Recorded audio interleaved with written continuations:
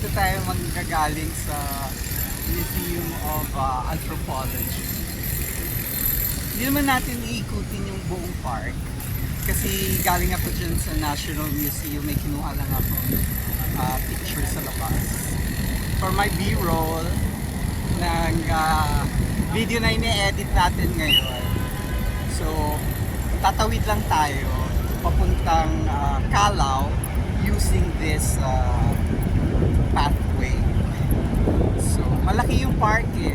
Ito yung dating merong Luneta Park na mapa na nilibag nila.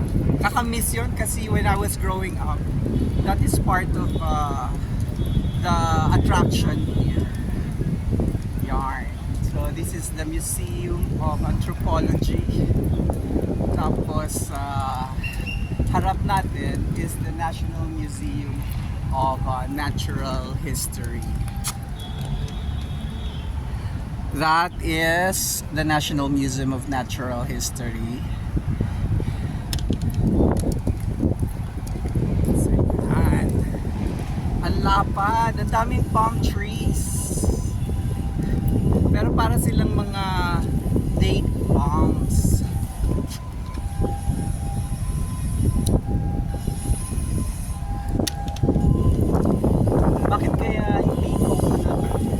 Bakit kaya hindi coconut trees ang tinamit nila? Paano ba tayo iikot? Iniisip ko, iikot ako dyan papuntang kaliwa. Or, dito tayo sa papuntang kanan.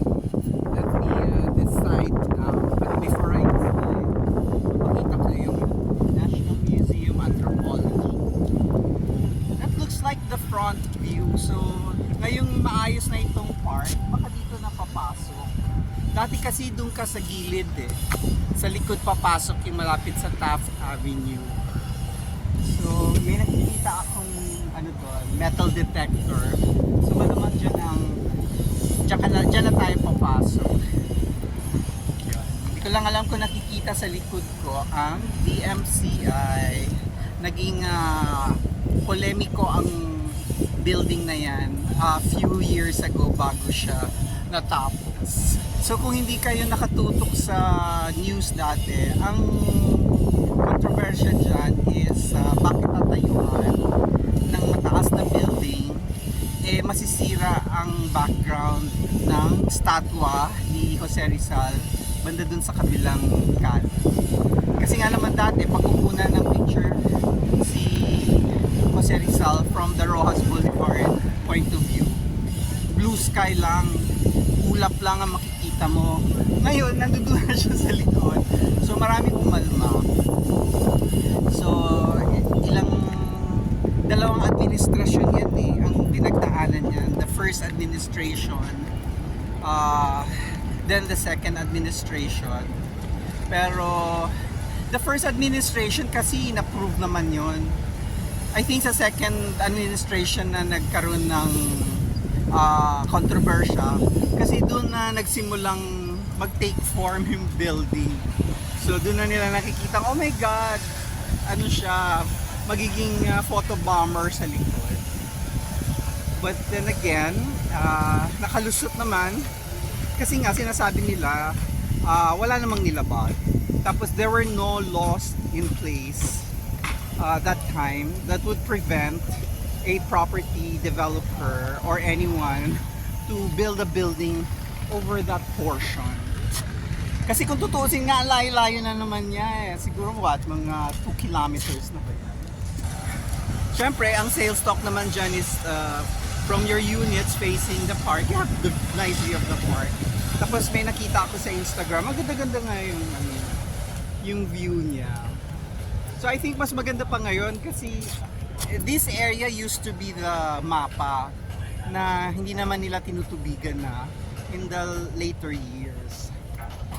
So ngayon na it's all green, mas maganda siguro siyang tingnan. Yarn. So ikot pa tayo. Katirika ng araw kasi ano lang yata kalalagpas lang ng 12 high noon. there. I hope pagdating natin sa likod where we end our vlog, buhay pa tong camera na to. So, ayan, chinek natin, buhay pa naman. Kasi napansin ko yung mga Android devices, mainitin. Madaling uminit. So, mag-overheat. Pag nag-overheat, kung hindi naman siya mamamatay, yung footages mo nagwa-warp o something is wrong, yung stabilization maapektuhan. So mag-aano siya, magiging shaky siya when it's not supposed to be shaking. Oh, may LRT. I always ride that LRT pag pupunta ako sa Quezon City. Pag sinakyan mo yan from Taft Avenue, bababa ka lang sa Doroteo Jose or D. Jose Station. Tapos merong lakaran doon, pedestrian, elevated. Papunta naman sa Recto Station ng LRT2. Tapos doon ka naman sasakay ng papuntang Quezon City. Or kung nakatira ka na sa bundok, sa Antipolo, meron doon station sa Masinag. Yan. These are local tourists. So yun yung National Museum of Anthropology. Parang pareho lang, no? Parang nakaka-deja vu. Para ano ba? Yun, diba? Yarn. So, ang tanong is, makakalabas ba tayo dyan? Ayan, may labasan naman diyan. Kasi may nakita akong mga pumapasok. It's so nice to walk here. It's a real park. I think this is going to be a mas tahimik na park kasi walang light shows dito, walang restaurants dito, wala pang restaurants, wala pa. Alam mo naman tayo sa Pilipinas, ang mga park administrator hindi naman na titigil sa pag anong tawag doon? May pumipito na naman. Ako pa ang pinipituhan nila. And this is a park. So, yon.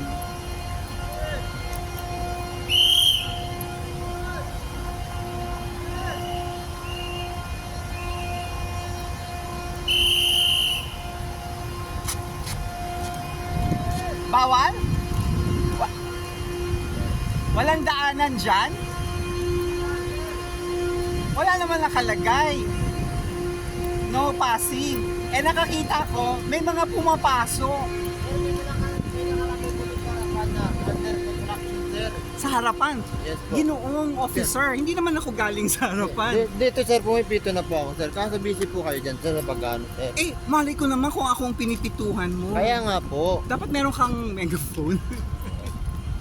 Sa dami tao dito sa park, bakit ko naman iisipin na akong pinipituhan mo? Kasi wala naman akong ginagawang masama. So saan ako lalabas? Doon sir, doon. Sa taas. So hindi ako makakalabas sa TM Kalaw? Doon po yung daanan sir para lumabas. Papasok ako sa Yes po. museum. Kasi dyan, sir, under construction po tayo. Yes po. Akala ko kasi yung mga taong nandoon dito galing. Hindi po, wala po talaga doon daan. Papapasukin ba dyan ako? Ako? Tignan natin. Tsaka natalad po, pagdating dito sa loob, natalad po tayong gumamit ng selfie stick. Natalad po ang mag-vlog. Bakit hindi allowed? Alam mo, lagi kong tinatanong yan. Bakit hindi allowed mag-vlog? Kasi po ma'am, sir, pag may Vlog ha, hindi yung selfie stick. Naintindihan ko yung selfie stick kasi makakasagi ka. Pero yung vlog, hindi ko alam bakit bawal. Diba? Yarn. So yun lang ang gagawin niya. Ang magpito dyan. Anyway, we've achieved our purpose. We have to go inside here. Kung papapasukin tayo. Because tayo'y naka-pangbahay. So we end our vlog at the National Museum of Natural History. Okay, I think ilalagay ko din dito yung kinunang kong B-roll about no vlogging.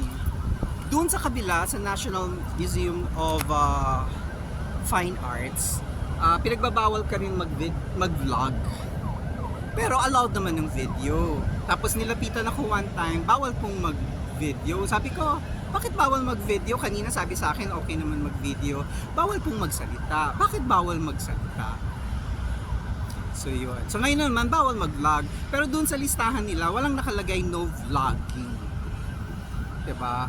You just have to ask permit if it's for commercial purposes, the other purposes, and the media purposes. Ako naman iniisip ko media, did they make it very general, the word media? Eh ako, from my age, when we say media, it's the mainstream. It's not the social media. Because media means medium. Media is what? Is it the plural of medium? So anyway, so I still don't understand why you cannot vlog inside. Although, yun nga, there's so many ways to go around it kasi they don't want you to talk while you're inside the building. So, a film is basically just a montage of many still pictures na because of the technology, you're able to do those things, taking so many pictures in a fast pace. So, you can do it slowly. Then, you just, anong tawag dyan? So yun na lang po, natalod po yun tayo mag-video tape po. Because, Kasi ang our construction po ng museum. nakalagay pwede, dun sa harap. Bali, consider vlogger na vlog na po kasi. Oo nga, wala din nakalagay dun no vlogging. Pero titigil ko, pero yun lang sinasabi ko, walang nakalagay dun no vlogging. Tapos dun sa baba, videoing is allowed. Yes po, video. Oh, but this is video. Pero syempre nagsasalita ako kasi nagsasabi ako, uy, pupunta ako dito sa loob. Consider vlog na po kasi yung, But yung na- pag magsasalita kasi. Yeah, pero walang nakalagay dun sa instruction yung no vlogging. Diba?